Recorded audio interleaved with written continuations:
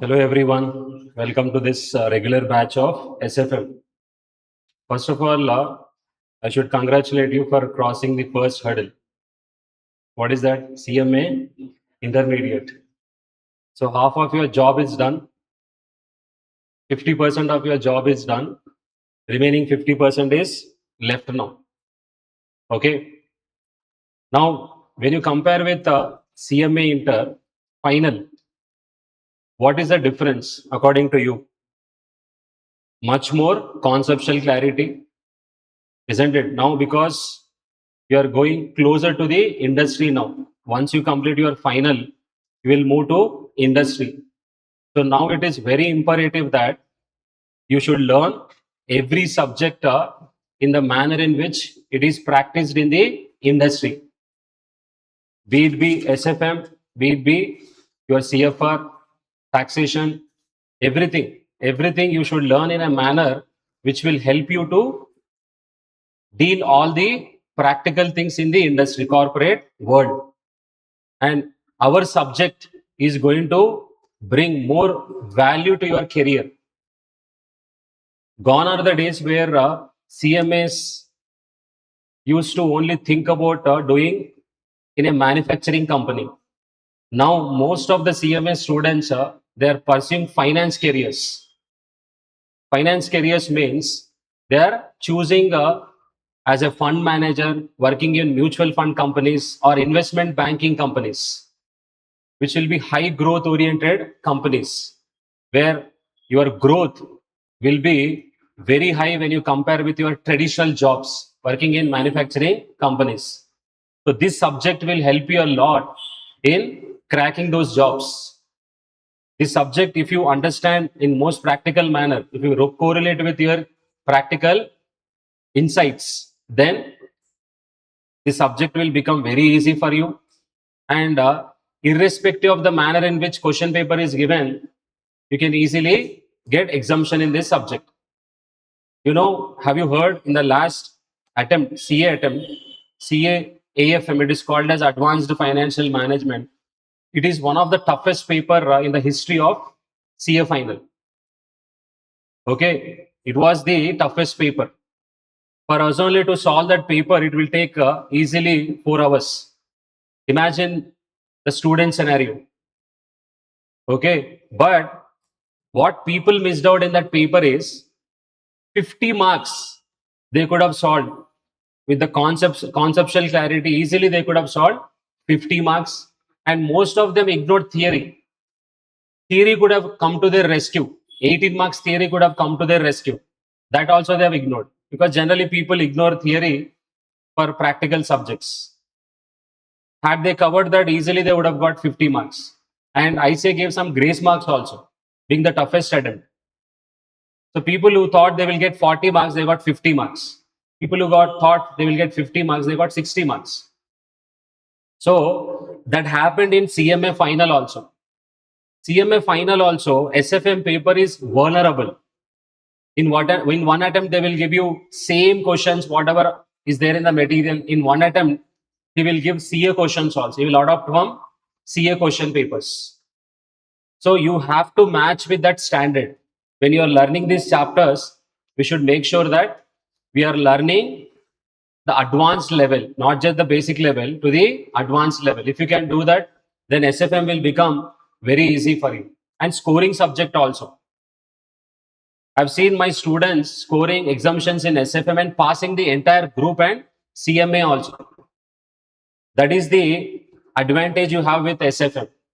If you have conceptual clarity, then you can score exemption. What is required for doing SFM is you require a time value of money, knowledge. Any finance subject, always you need to study what? Time value of money. Without that, you cannot understand this subject. So, as we have written here, this is for which attempt? December 26 people, those who are willing to write in December 26 or January 27, this batch is applicable.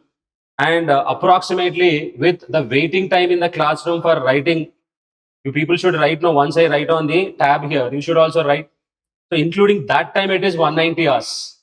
If I exclude that time, roughly it might be 150 or 160 hours, our syllabus will get completed. Okay. Now, SFM subject, they have some misunderstanding. What exactly is SFM? So I wrote my heart out here. What exactly is this subject and what is the requirement of this subject? What I've written here, this subject is not about law. Is it law? No, it is not law. Is it financial reporting? What I've written here, it is about none of the things that the conventional accountant swore by. If you are an accountant who is working for a corporate company, generally what kind of work you will get? Reporting work only you will get. So this is not the conventional accountant will do. Next, it is about what actually counts for a company, that is the bottom line. What is bottom line? The profits. What matters to the company? Profits. Yes or no? Yes. So that profits are created by the financial manager through his decisions. Yes or no? Because any profits a business gets through the decisions taken by the management only. So if you don't take those decisions properly, what will happen? You may not get what? The expected profit. So can we say that the decisions taken by the finance manager will ultimately decide how much profits, how much wealth is created for the business? Yes. So this is the subject which is going to help in maximizing the wealth of the organization. That is the reason CFOs, will they get high salaries? Yes. Why CFOs will get high salaries? Tell me. Why our chartered accountants who are recruited for the purpose of taking overall operations, I mean all compliance work, those who are working as CFO, there is a difference. If you are working as a CFO, the salary will be very high. Why? Because that guy is going to take all the financial decisions and he is going to help in building the wealth of the organization. Intermediate, you have learned three decisions from financial management means. What are those? Financing decisions, investing decisions, and dividend decisions. These are the three major functions of finance manager or not. These three decisions are very important and you will take those decisions in such a manner that the value of the company is increased. Okay, so from that, will you agree that finance manager will definitely help in building the wealth of the organization? Yes, that is what I've written here. It is about how profits are made and wealth is created and businesses are built. As a subject that deals with the mantra of money. What is finance? What is the meaning of finance? Finance is nothing but money. So this subject deals with what? Money. It can hardly be unexciting. And the great thing about it is that there is hardly any dichotomy, means there is no difference between the theory and practice. Whatever you practice in the industry, the same thing we are going to learn here. So there is no difference. Dichotomy means what? Difference between what you learn and what you practice. So what you read in the classroom is what you practice in the industry tomorrow. So this is what I thought of writing to give you a clarity about this subject. So this subject is not about law. This subject is not a conventional accountant work. So this subject is what ultimately matters to the business. What matters to the business? The bottom line, that is profits. So who is going to help in increasing the profits, increasing the wealth? It is the finance manager. So the decisions relating to finance, whatever you take, will ultimately help in increasing the share price of the company. What type of decisions? Tell me. Practically speaking, when you are raising money, first you have to raise the money for your investment decisions and then raise the money for investment decisions and invest. Once you get the return, next last decision is what? Out of that, how much to be distributed to shareholders and how much to be retained for future investment. You might have seen in intermediate. Yes. So these decisions will help in what? Increasing the wealth. How? For example, if you are raising money, how you can contribute to your earnings of the company. If you can procure that money at a lower cost, what is the factor that I should consider for procuring the money? Cost is the factor. What is the factor? Whichever source is lower, whichever source is giving me finance at a lower cost, going by that only I'm going to procure my money or not. So that is the reason you studied cost of capital. Why you studied cost of capital? To know which source is going to be what? Lower. And if you raise money by different sources, then you will calculate which one? Weighted average cost of capital. So that you will know what is the average cost of capital. Why you should know average cost of capital? Because tomorrow if you want to take investment decision, then you should compare the return of that investment with what? Cost or not? That cost is nothing but weighted average cost of capital. So if you are able to procure at 10%, whereas the return in the investment is 15%, that 5% will help you to increase your earnings and ultimately share price of the company or not? Yes. So that means from this example, you should understand that finance manager has definitely a role in increasing the bottom line as well as what? Wealth. In CMA final also, we are going to continue with those decisions, long-term investment decisions. Apart from that, we are going to learn new things also. What are those? Let me write that. What SFM will deal in final level, you can also start writing this in your notebook.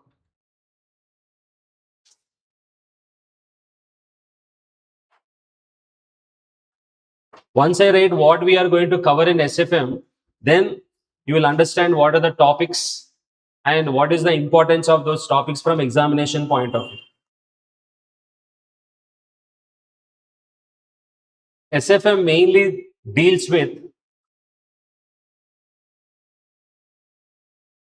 strategic financial management, deals with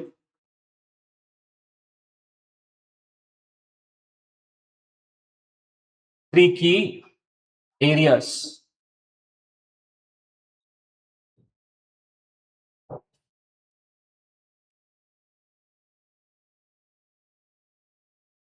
What are those three key areas here is? First one, long-term investment decisions. Long-term investment decisions. Long-term investment decisions, first one. Second one is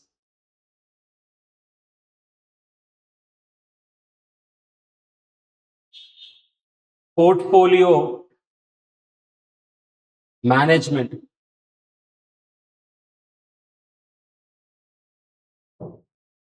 That is investment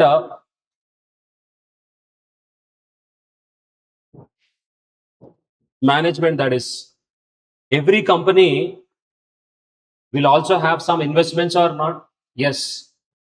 So how you are going to manage those investments, how to pick up the securities, and how you are going to evaluate that. Third one is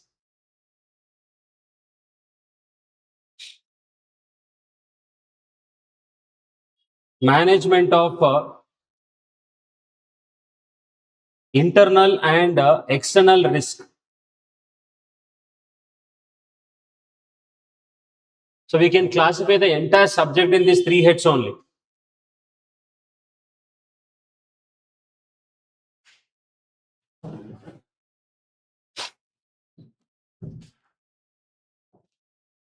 Long-term investment decisions. What will come under this particular topic? See,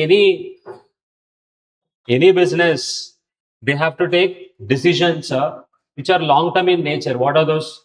If you want to buy fixed assets, it's a long-term decision. Yes or no? Or you want to expand your business, it is a long-term decision. Or you want to take the fixed assets on lease basis, that is also a what? Lease basis or purchase basis. Okay, it is also long-term investment decision only. So what are the topics which we are going to cover under long-term investment decisions? Three topics we are going to cover under this long-term investment decisions. One is capital budgeting, which you have learned at inter level. What you have learned at inter level and what you are going to learn at final level, there is a vast difference. So instead of calling it as capital budgeting, I will call it as advanced capital budgeting. Okay, it is capital budgeting only topic name. Advanced capital budgeting. This is a topic you are familiar with, isn't it? But only thing is here, we will give you full conceptual clarity. Why this, why that? You might have got a lot of doubts at inter level or not. Yes, all that doubts will clarify here. Logic, with logic, we will learn everything. Okay, like how, why we should exclude interest while calculating cash flows, right? And then why we should consider working capital in the initial cash flows, and then why we should consider as inflow at the end of the period. So that logic will be covering. Next, when you are doing capital budgeting, it is all about estimates only. No, your investment decision is backed up by estimation. All the cash flows, whatever you are calculating, is it estimated basis only? Yes. What is the problem in that estimation is, today you are estimating, considering what? Whatever factors, situation existing today, based on those factors, you are estimating what? The cash flows. But what is the problem? The decision, whatever you are taking today based on those estimations, has got some risk. What are those? Everything may not go according to your what? Expectations. You are forecasting, say 5 years of life, 5 years of life, on increasing manner, you are getting what? Cash flows. But it may not go according to your what? Estimation. Yes or no? So what might happen? You started a project based on your estimations. Suddenly, government changed. They came up with a policy that that product, it is banned in India. Yes or no? So that will definitely have an impact on your project or not? Yes. So when you start the project, there might be certain risk also. So how to take into consideration those risks and take decision today only. In future, whatever risk we are going to come up with, those risks also if you consider, and then what? Take the decision. That would be a better decision or not? Is it a better decision? Earlier at intermediate level, you just estimated cash flows and then what? You have taken the decision. Now what I am saying is, see, first, second, third, you estimated cash inflow will be like this: 10,000, 20,000, 30,000 you estimated. Okay. But tomorrow your actual cash flows may not be equal to what? 10,000, 20,000 and 30,000 or not? Yes. That is the risk I am talking about. So there is a risk or not? What is the risk? The risk that my actual cash flows may not be equal to estimated cash flows, because sales may not be equal to our estimated, cost may not be equal to estimated, because cash flows we calculate based on revenue and cost only. Those costs might shoot up suddenly in between. So what if I consider all those things, then today I can take a better decision or not? Yes. So that is called as risk analysis in capital budgeting. That is also a separate topic in our CMA final. So when I consider all those risks and take a decision today, that is only called as what? Risk analysis in capital budgeting. That means we are incorporating the risk and then taking the decision. So if you have to understand in simple manner, earlier whatever decisions you have taken, now additionally what I am doing, I am also considering risk factor. Risk also I am considering, and then I am taking a what? Decision. So think with common sense. If I take any decision considering what risk I might get in future, that also if I consider and then take a decision, do you think you'll be able to take a better decision? Yes. So that is the reason we have this topic called as risk analysis in capital budgeting. This is our second topic under long-term investment decisions. Risk analysis in capital budgeting.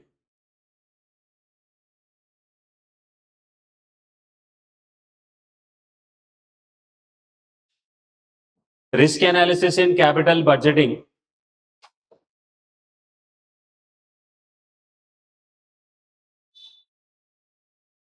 Now, capital budgeting is nothing but capital expenditure budgeting only, no? Majority will be relating to purchase of fixed assets. Our investment, a long-term investment, most of the time connected with what? Fixed assets only. Should I buy those fixed assets? Should I lease it? Rental basis I should take, or should I purchase? Which one is financially more beneficial? Buy versus lease. Whichever is beneficial only I should do it or not. These are the decisions which will help the organization to save cost and increase their what? Profits. This is how earlier I was saying that a finance manager can contribute to the bottom line. So what is the third topic in this long-term investment decisions? Leasing decisions. Leasing decisions.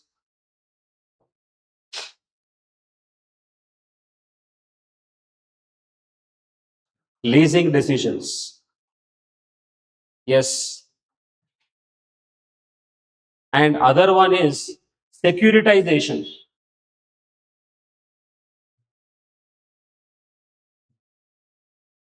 Securitization also can be classified under long term. What is securitization? You have any idea? Just I am giving you knowledge about the chapters here. Securitization is, just imagine you have all illiquid assets. Which assets? Illiquid assets. How you can convert illiquid assets into liquid assets? A bank has home loans, vehicle loans in their balance sheet. Okay. But problem is those loans will be paid in different installments or not? Yes. So these are liquid assets or illiquid assets for company? I mean banks, these are liquid assets or illiquid assets? Loans given to customer is an asset only or not? Yes. Now what they can do is these assets they can convert into liquid assets. You know how? They will convert them into securities. They will convert them into securities and those will be issued. And what they will do is, since they only issued these securities, they have to pay interest on those securities or not? Yes. But the interest what they get on loans will be definitely more than what the interest they have to pay on the securities issued or not? Yes. So this is what converting illiquid assets into liquid assets. This is called as what? Securitization. Why they have done this? Financing purpose. Which purpose? Financing purpose. So this is called as securitization. Just I have given a glimpse here. What exactly is securitization?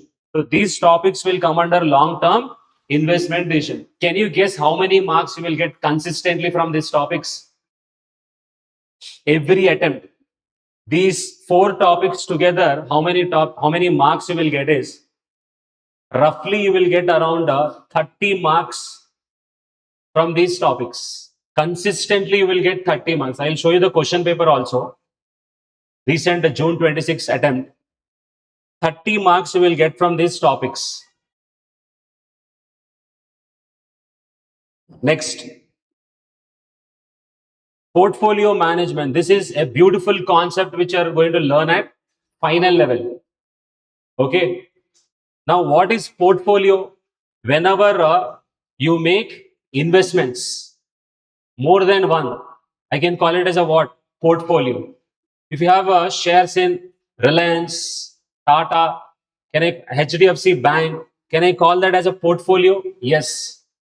So first question is, why we should invest in different securities? Why we should invest in different securities is, if you invest in only one security, risk will be there or not? But if you invest in multiple sectors, your risk can be what?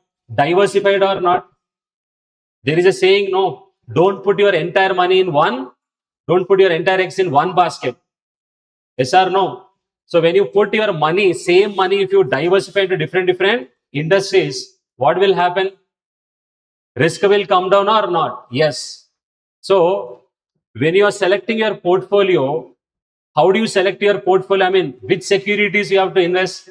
First, you have to consider return, how much return that security is giving, and also risk also you should consider. So portfolio, which securities I should select. Then once you select how your portfolio is performing and how I should replace my portfolio to get what? Maximum return. That is what you will study in portfolio management. All these things we'll study. How to select securities, then how to evaluate the performance of your portfolio, how you should rebalance your portfolio constantly according to market changes. If you buy securities and you will keep like that only always, no, you should also observe what is happening in the market. Accordingly, you should rebalance your portfolio so that you will not incur more losses also. Sometimes market is volatile, then what you should do? Your expectations have gone wrong. Then immediately what you should do? You should rebalance your portfolio. So that is what we are going to learn in portfolio management. In this portfolio management, as I told you earlier, securities must be selected or not? Yes. That means we should know security valuation. What you should know? Security valuation. It could be equity valuation, equity shares valuation, bond valuation. Because without knowing valuation, you cannot take any investment decision. See how you can take investment decision. For example, you want to buy Reliance Industries. I'm trying to give you all chapters knowledge just now. Reliance Industries, you want to buy shares. So what is the technical analysis you have to do is based on its dividend, based on its growth rate, you have to first calculate a price, fair price, what we call it as. Fair price. Assume you are getting a fair price of 2,120 rupees Reliance Industry. Whereas actual market price 2,500. Based on its dividend growth rate, you calculated a price. How much is the price you are getting? 2,120. And what is the actual market price? So is it overpriced or underpriced? Overpriced. Based on its fundamentals, the price should have been how much? 2,120. But what is the actual market price? 2,500. So will you buy? Is the right moment to enter into the market? No. Why? Because it is overpriced. But if you are holding this company shares, then it is the right time to sell. Because if not today, tomorrow it is going to come down.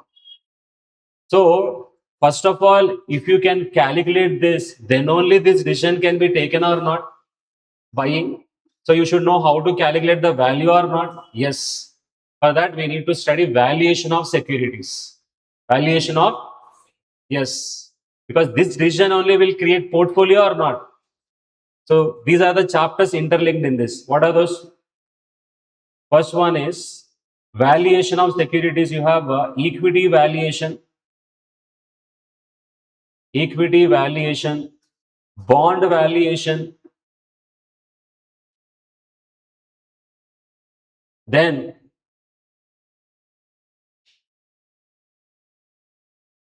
portfolio,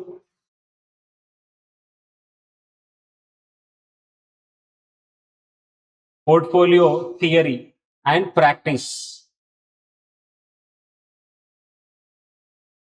Portfolio theory and practice. One more chapter I can include in this is investment can be mutual funds also. Okay.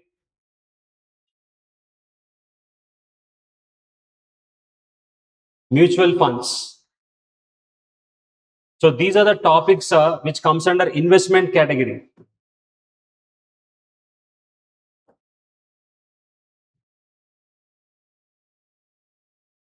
Now, from this, can you guess how many marks you will get?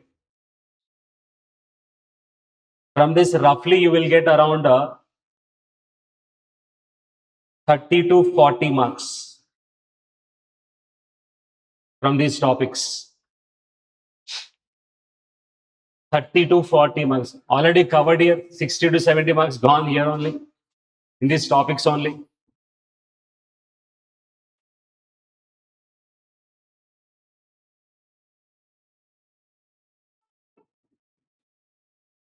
Okay. Now, risk. There are two types of risk an organization will face: internal risk and external risk. I will give you one example here. What is external risk first? If you are a company which are exporting goods or importing goods, are you exposed to foreign currency fluctuation? Are you exposed to foreign currency fluctuation? Yes. Then will you keep quiet or should you do something to counter that loss? We should do some preventive action or not? Yes. We call that as Forex chapter. Chapter name is Forex. In that, we use various techniques, hedging techniques, in order to minimize that loss. Minimize that loss. Our problem is that tomorrow I may incur a what? Loss because of fluctuations. And we also have derivatives. We also have what? Derivatives. We can also use derivatives in order to counter this risk, to minimize the risk. I can also use derivatives. Okay. In derivatives, we have options, futures, forward contracts. So those are the instruments we have to minimize the risk.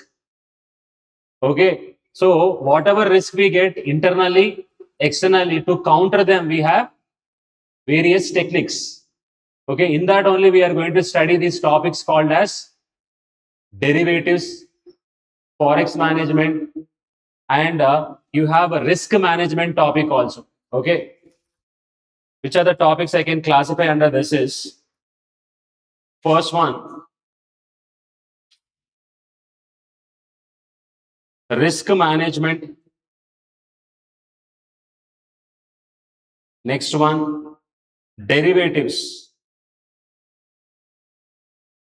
Derivatives.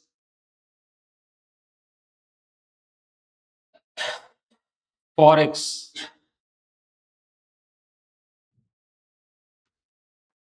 Forex.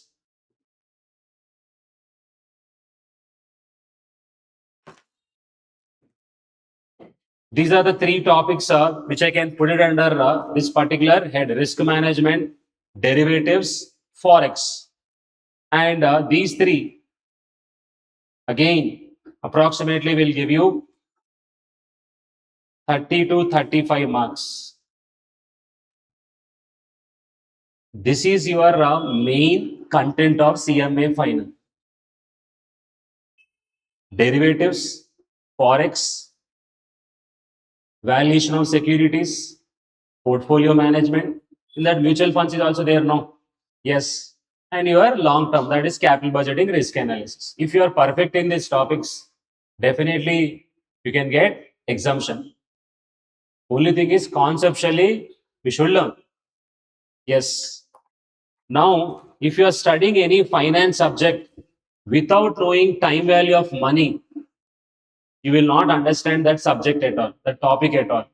So we are going to start with time value of money from a different perspective. Okay. Once we complete that, then I will start with long-term investment decisions, because you are familiar with this topic at least. Once you get that confidence level, then we can go to completely new topics like valuation, forex. Then I can move to those topics. So first, our focus will be to complete this particular portion. Okay, we have a material which consists of both classwork problems with final answers. In that material, you will have final answers, whereas your homework problems will have full answers, so that you can practice. I mean, you can solve them and check your answers. So our material will have both. One is classwork, other one is homework, and you have one theory book also. So three books you will have: theory book, classwork book, and other one is homework, like workbook with solutions you will have. These are the three books you will get with SFM. Okay, yes. Now, let's start with the time value of money.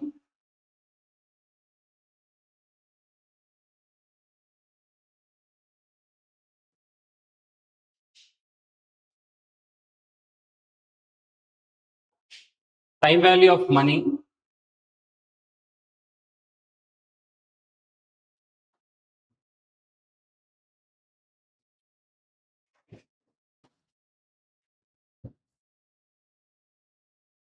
So, as I told you earlier, if you are learning anything relating to finance, it is imperative that you should learn what? Time value of money. That is what I have written here. Time value of money is the first and the most important of lessons that you will learn in finance. That's because anything connected with finance is based on the time value of money only.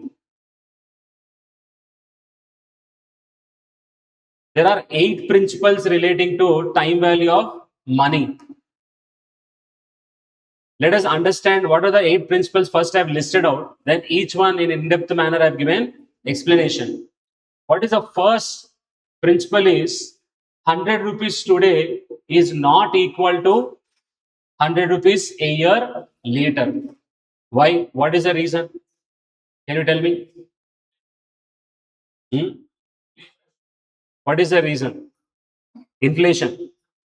Inflation, yes. Inflation is one of the reason. But there are some other factors also. Time value today 100 rupees is equal to tomorrow's 100 rupees means definitely no. The answer is what? No. Why? Because you might say, hey, what if I receive today 100 rupees, I can what? Invest and get what? Interest. Yes or no? Today if you receive 100 rupees, what you can do?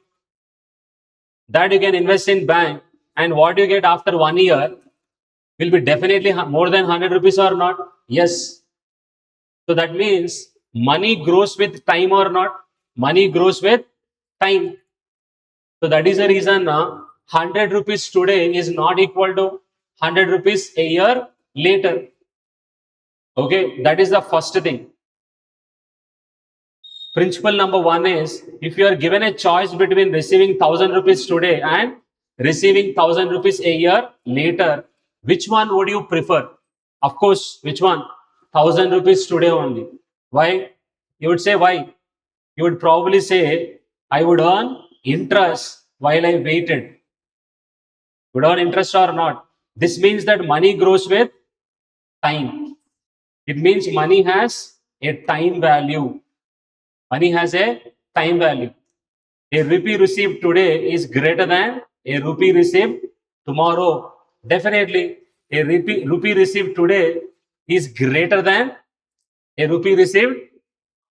Yes. Why? Rupee received today, you can invest and get more than 1000 rupees tomorrow or not? Yes, that is what written here.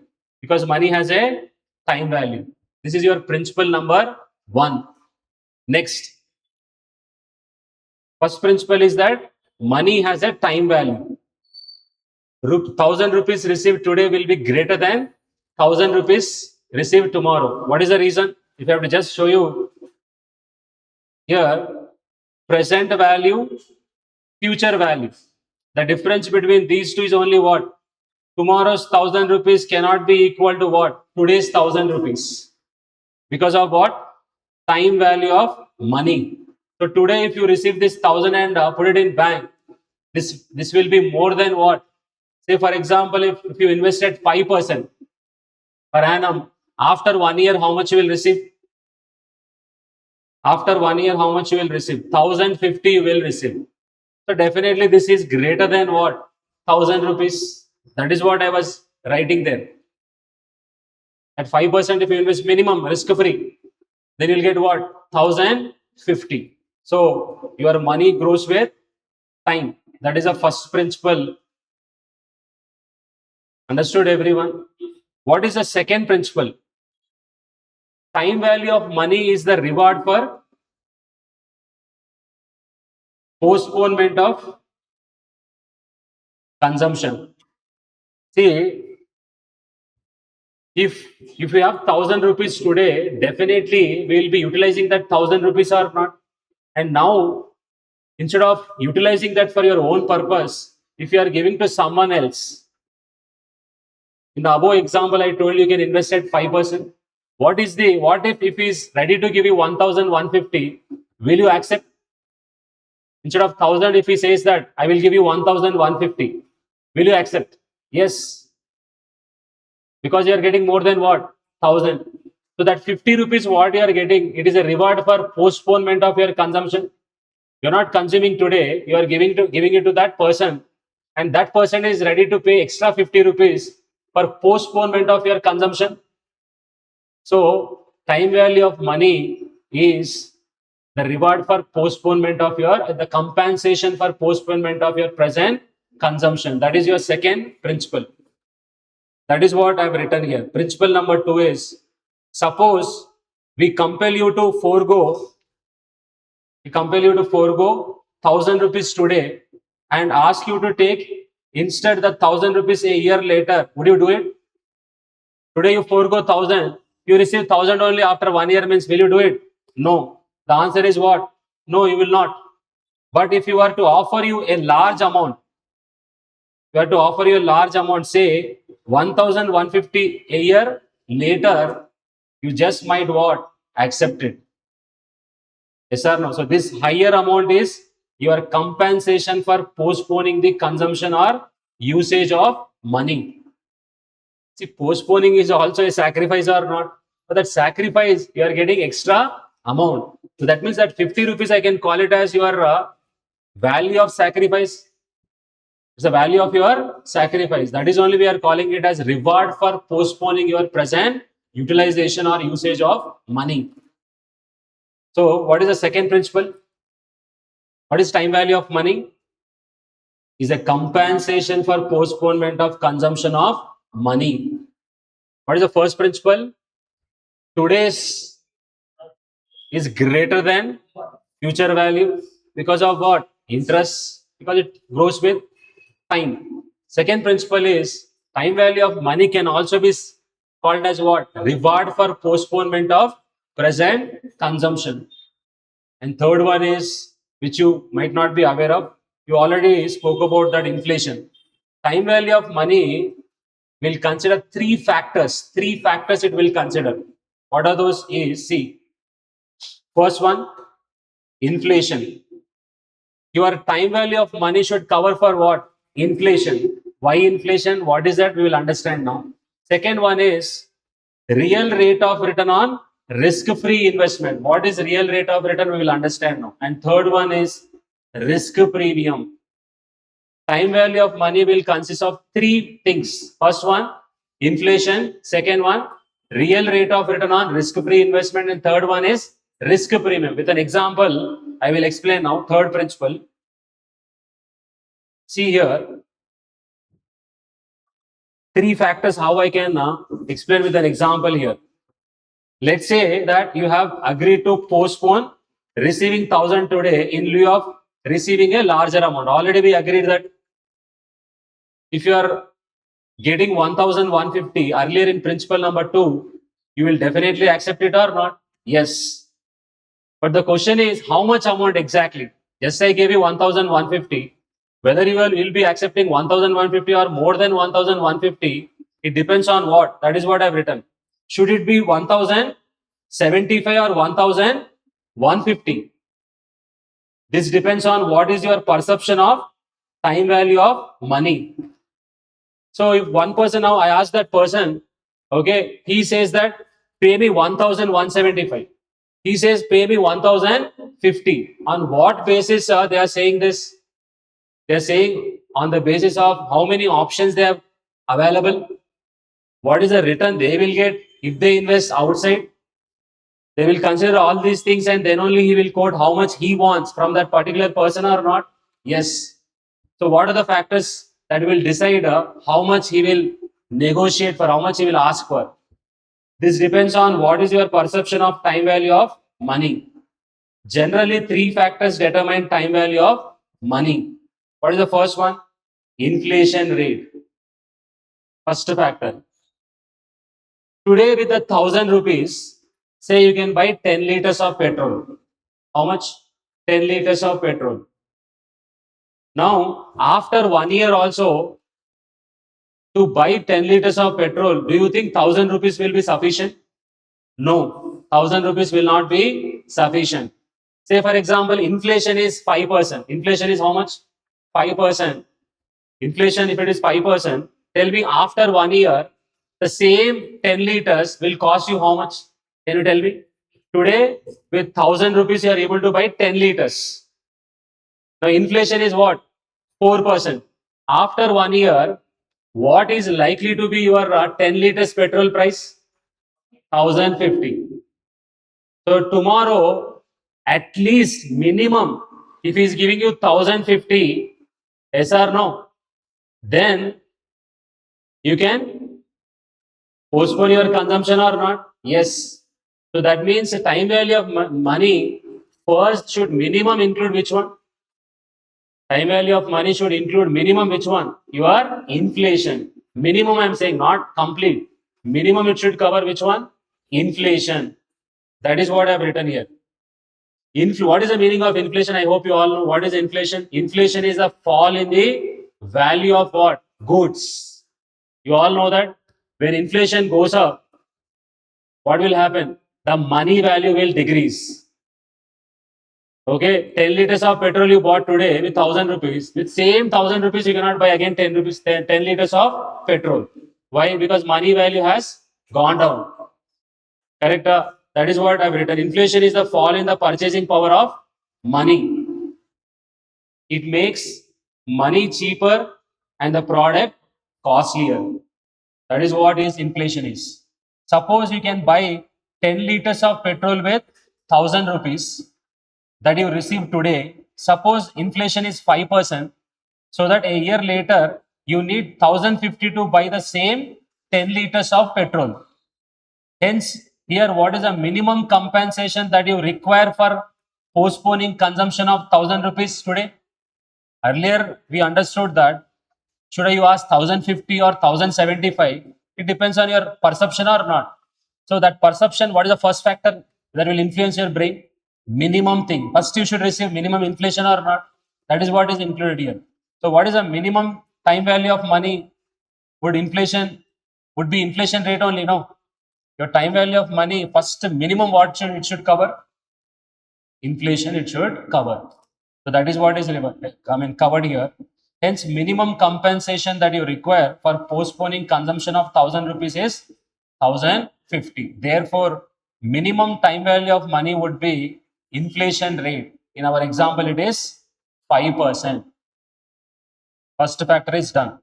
Now, instead of buying petrol, the same 1,000 rupees, what you can do is you can put it in a bank, okay, and you can earn 8% rate of return.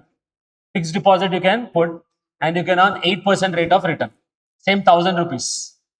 Okay. Now tell me how much will be your future value after 1 year? 1,000 rupees you are investing at 8%. Bank is going to give you fixed deposit 8%. So how much will you get? 1,080. Now in this case, with inflation, what is the value of 1,000 after 1 year? 1,050. That means you are left with surplus and a Konnagoda petrol. Even if you buy petrol, still you are left with 30 rupees surplus or not. That is called as real rate of return on investment. That additional 30 rupees, which is nothing but 3%, 8% minus 5%. Risk-free rate of return minus your inflation rate difference is only called as real rate of return on investment. So, ఇప్పుడు చెప్పండి, how much you will ask the other person to whom you are giving money now? If you have an option to invest at 8%, now you tell me how much you will ask that person to pay. What will be your time value of money now? Will it be 5% or 8%? 8%. And that 8% includes which one? Inflation also 5%. And what is the real rate of return? 3%. Understood? Yes. That is your second factor, real rate of return from risk-free investment. Suppose you are to receive 1,000 rupees now and you decide not to buy petrol, instead you decide to invest the money in a risk-free investment that will give you how much? 8%. Fixed deposit is risk-free investment only. Yes. A year later, you will receive how much? 1080. Buy your 10 liters of petrol. But comfortable ga manam, what we can do? We can buy 10 liters of petrol. How much it would cost? Because inflation is 5%. 1050, no. Your petrol will become how much? 10 liters of petrol after 1 year? 1050. And how much you receive? 1080. 1050 you can spend, you're left with how much? The 1050 and become richer by how much? 30 rupees. That is by 3%. This 3% is called as real rate of return on risk-free investment. It is the difference between rate earned on the risk-free investment, that is 8%, and the inflation rate. You would now no longer want 5% as the time value of money. Instead, you want which one? 8%. Now you ask for how much? 8%. When you had an option to invest at 8%, definitely you will command how much? 8% instead of what? 5%. 8%, can I call it as risk-free investment now? Yes. 8% is your return on risk-free investment. అంటే మనం ఎవరికైనా money ఇస్తే minimum thing what we should ask, risk-free rate of return. Had I invested on myself outside without any risk, then whatever return I get, minimum thing you should compensate me. Yes or no? Yes. Even if you want to invest in a company also, that company should give you minimum which one first? Risk-free rate of return or not? Yes. That is 8% here. Now, third one, risk premium, I told you. Now you have taken risk or you have not taken risk? Not taken risk because you invested in risk-free securities. Now you are ready to take risk and you want to invest in equity shares of a company. Will there be any risk? Yes. What is the risk you are going to face? Tomorrow that company might earn profits or it may not earn profits. It may pay dividend or it may not pay dividend. Risk is there or not? Yes. Now if you are investing in equity shares, definitely risk will be more than risk-free investments or not. When you are taking risk, will you expect any higher return? Risk naturally we expect higher return or not? That is called as risk premium. That is called as risk premium. Now, say for example, you are investing in a foreign company, you are investing in a domestic company. Which one is more risky for you? Yes or no? So when you invest in a foreign company, definitely you command more return or not? That extra return, more than risk-free, I will call it as which one? Risk premium. So three factors are included in time value of money or not. I'm not making you to learn traditional formulas, present value into 1 plus I whole power n, that anyhow you know.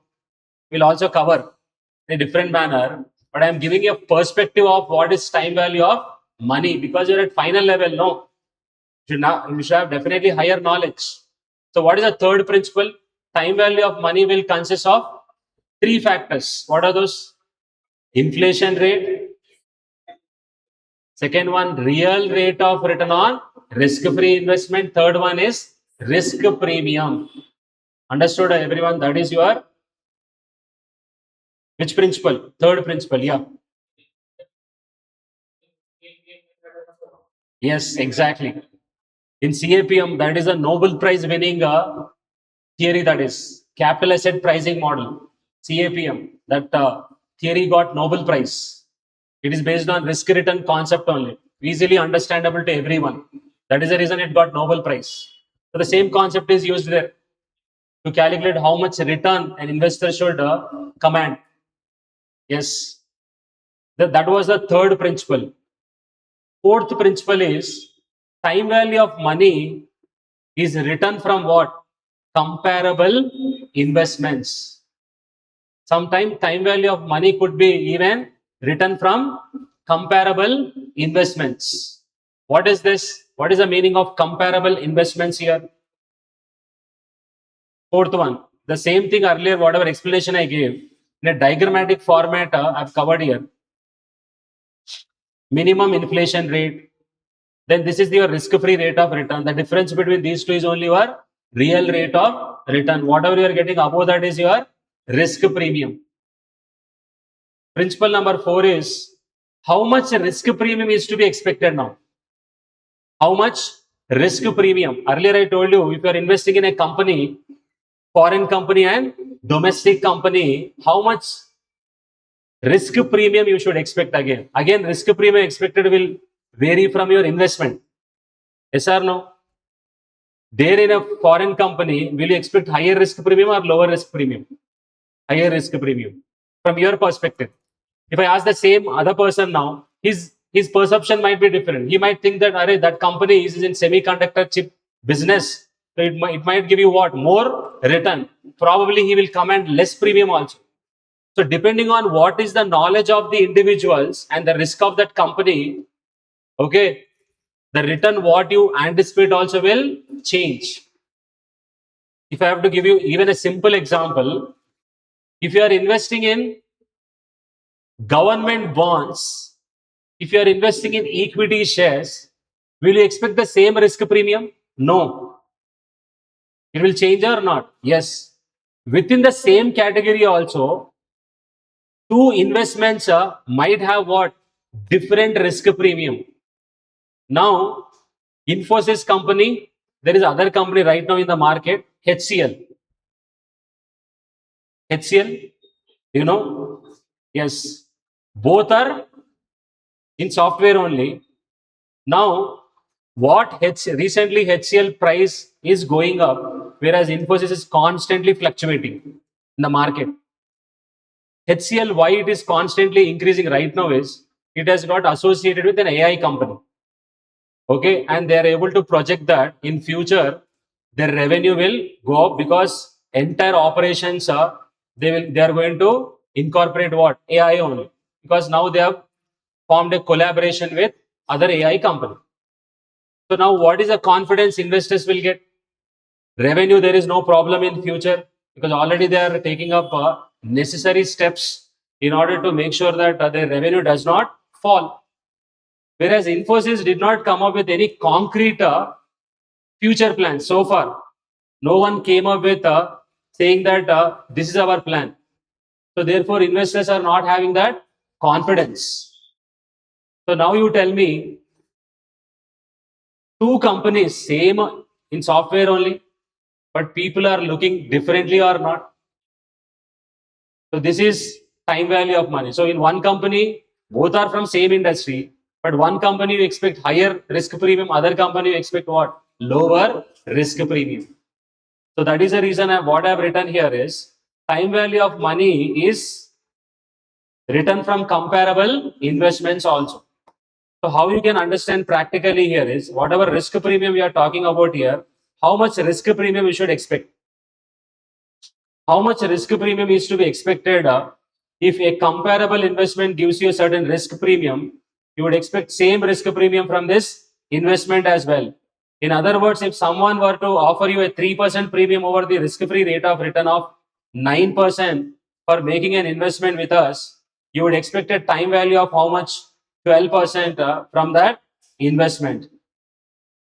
Read this carefully what I have written here. If someone were to offer you a 3% premium over which one? Risk-free rate of return, that is 9%. Figure changed here. What is the risk-free return? 9%. And someone is offering you what? 3% premium. That company is offering you additional 12% return it is giving you. So how much is more than your risk-free? 3%. For making an investment with us, you would expect a time value of how much? 12% from that investment. So how much risk premium you should anticipate, that depends on what? Comparable investments.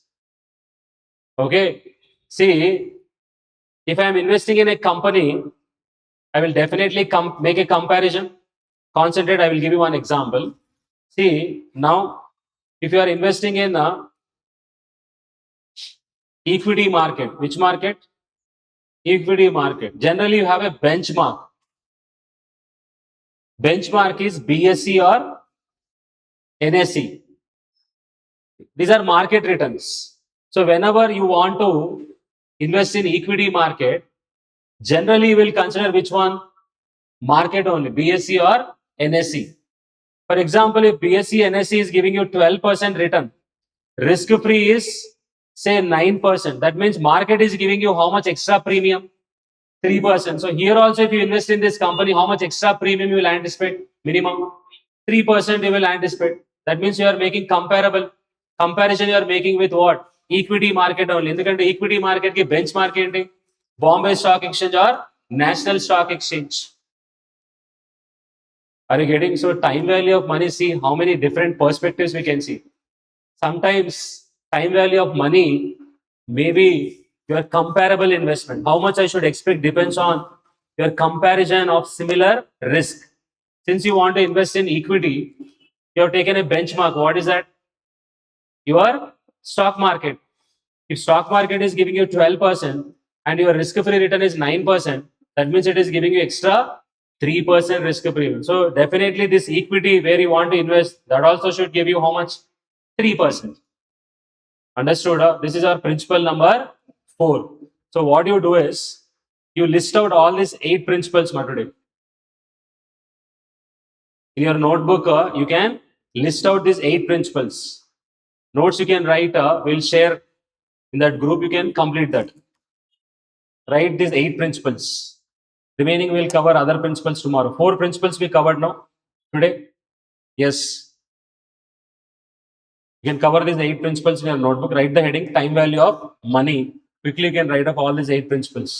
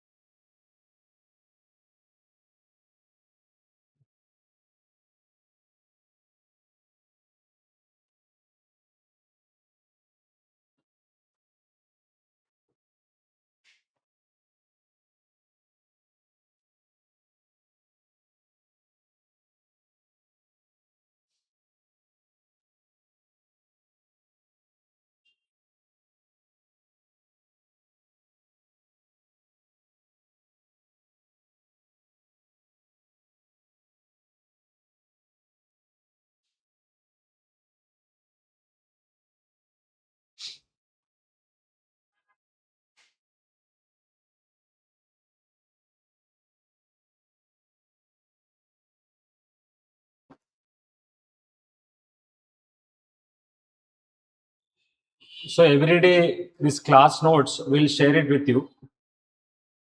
By the end of the class, we'll share class notes completely, so that if you miss anything, you can complete your notes also.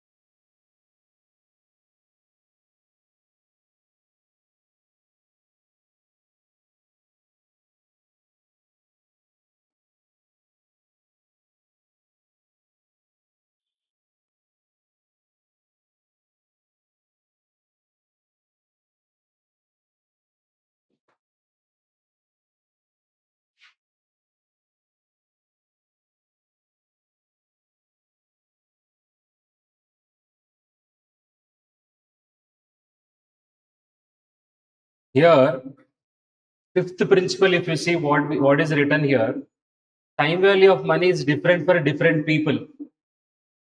Why? Because their perception of risk will change or not. Their expectations are different. Their thinking is what? Different. So that is the reason time value will change from what? Person to person. Even investment to investment also, time value of money will what? Change. How much you anticipate return will also change. Equity investment or debt securities, government bonds. Which one is more risky? Equity. So you expect a higher return or not? Yes. So again, investment wise also the return what you are expecting is also changing. Time value of money is different for different investment. This one, return from a risky rupee, will be greater than return from a safe rupee or not. If your money is safe, naturally you will get less risk premium. If your money you are putting in a risky investment, more risk is there, more return you should expect or not. So that is what return. Return from a risky rupee will always be greater than return from a safe rupee. And finally, the most important in SFM is valuations. If you want to get value of any asset, very simple thing what we have to do is, what is the benefit that asset is giving you in future? If you discount them to today's value, that is only the price of that asset. That is only the value of that asset. This is the concept you should remember. Valuation concept. This is the value of any asset is the present value of future cash flows that asset is going to give you. In valuation, this is the logic we are going to apply.